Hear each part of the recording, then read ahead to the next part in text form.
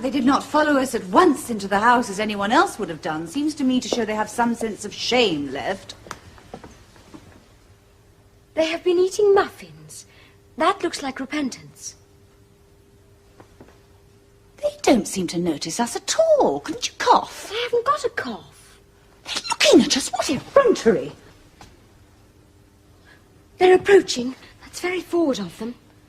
Let us preserve a dignified silence. Certainly. It is the only thing to do now.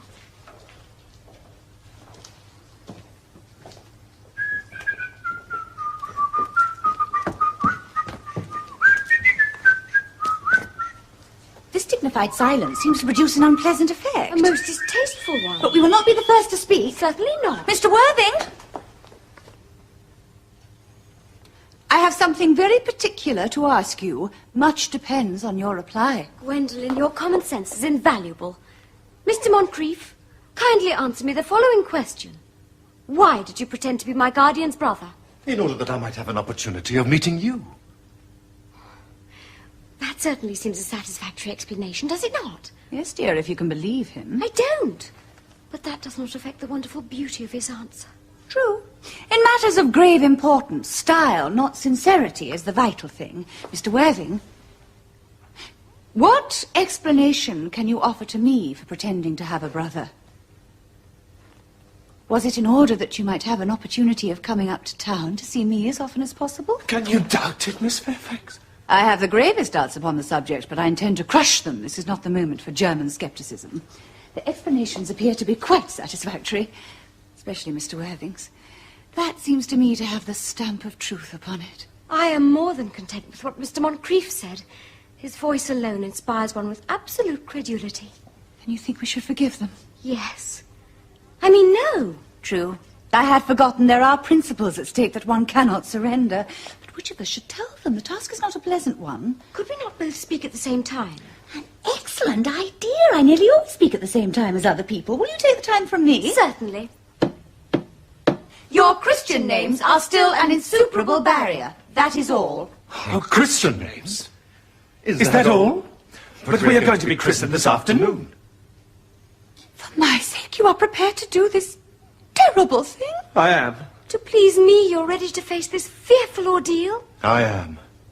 How absurd to talk of the equality of the sexes. Where questions of self-sacrifice are concerned, men are infinitely beyond us. We are. They have moments of physical courage of which we women know absolutely nothing. Darling. Him, Lady Bracknell. Good heavens.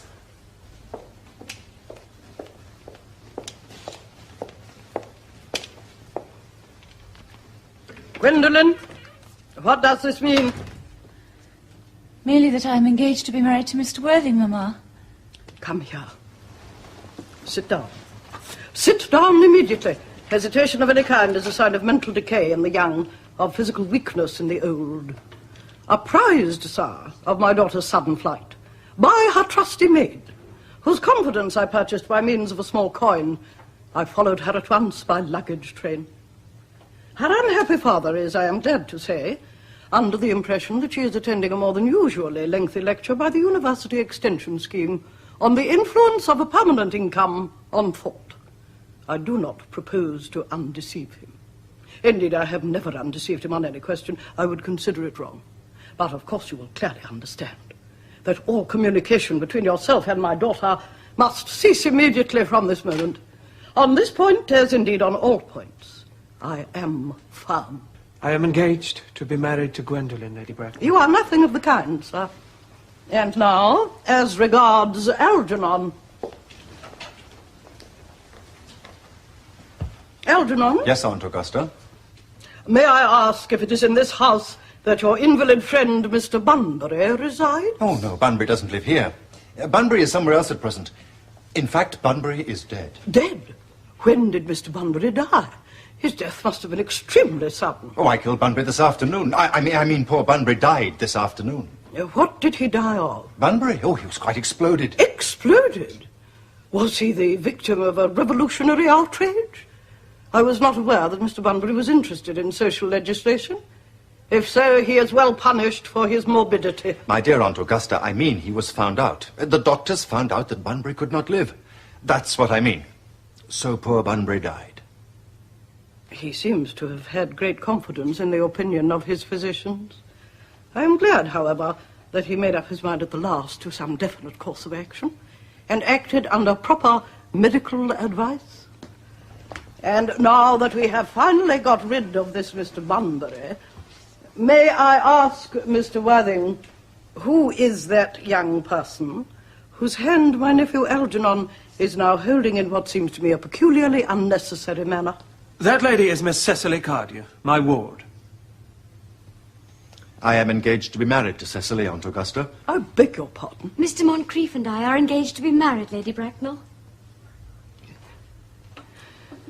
I do not know if there is anything peculiarly exciting in the air in this particular part of Hertfordshire. But the number of engagements that go on seems to me considerably above the proper average that statistics have laid down for our guidance. I think some preliminary inquiry on my part would not be out of place.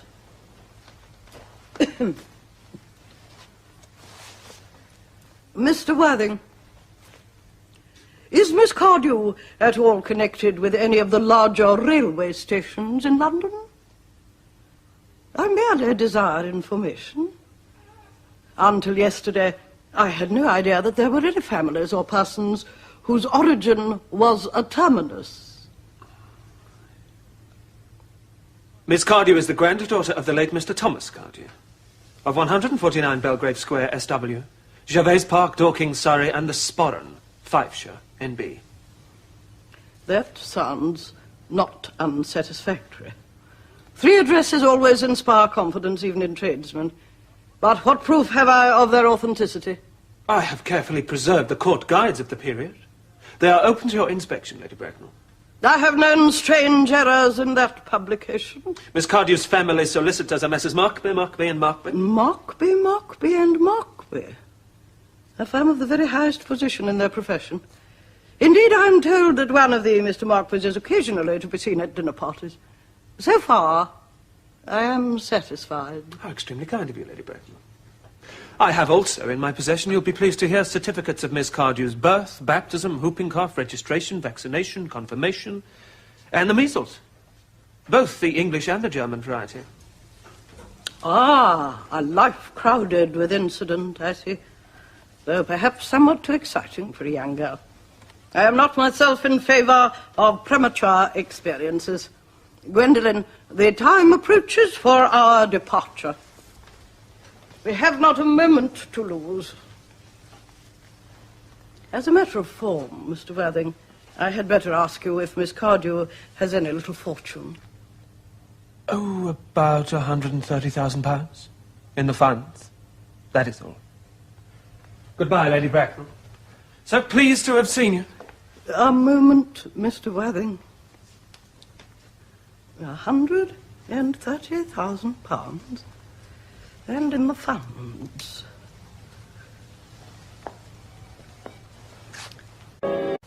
Miss Cardew seems to me a most attractive young lady now that I look at her.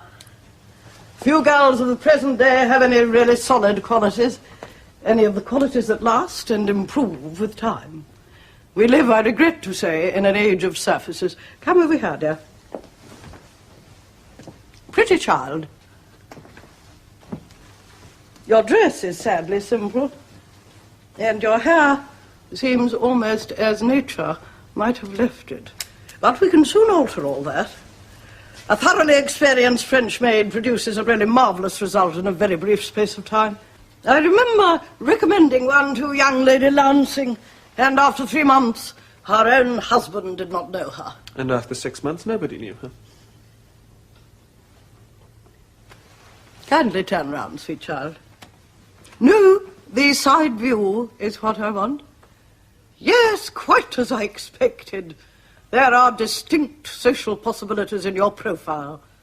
The 2 weak points in our age are its want of principle and its want of profile. Chin a little higher, dear. Style largely depends on how the chin is worn. They are worn very high just at present. Algernon.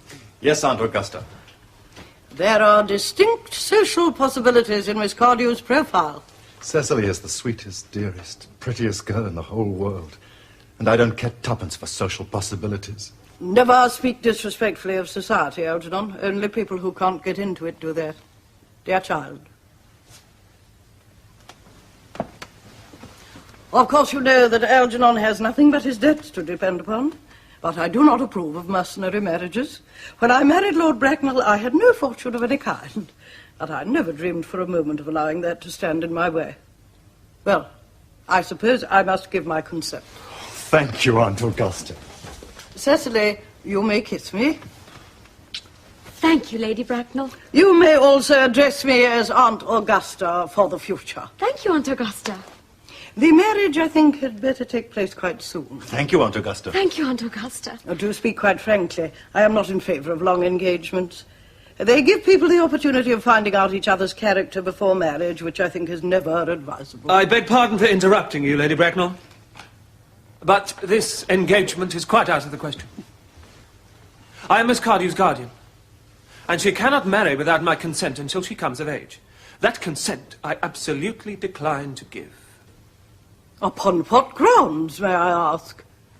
Algernon is an extremely, I might almost say an ostentatiously eligible young man. He has nothing, but he looks everything. What more can one desire? It pains me very much to have to speak frankly to you, Lady Bracknell, about your nephew, but the fact is, I do not approve at all of his moral character. I suspect him of being untruthful. Untruthful? My nephew Algernon? Impossible. He is an Oxonian. This afternoon, during my temporary absence in London, on an important question of romance, he obtained admission to my house by means of the false pretense of being my brother. Under an assumed name, he drank, I've just been informed by my butler, an entire pint bottle of my Perrier Jouet Brut 89, a wine I was specially reserving for myself. Continuing his disgraceful deception, he succeeded in the course of the afternoon in alienating the affections of my only ward. He subsequently stayed to tea and devoured every single muffin. What makes his conduct all the more heartless is that he was perfectly well aware from the first that I have no brother, that I never had a brother, and that I don't intend to have a brother, not even of any kind. I distinctly told him so myself this afternoon. After careful consideration, Mr. Worthing, I have decided entirely to overlook my nephew's conduct to you. That is extremely generous of you, Lady Bracknell. However, my decision remains unalterable. I decline to give my consent.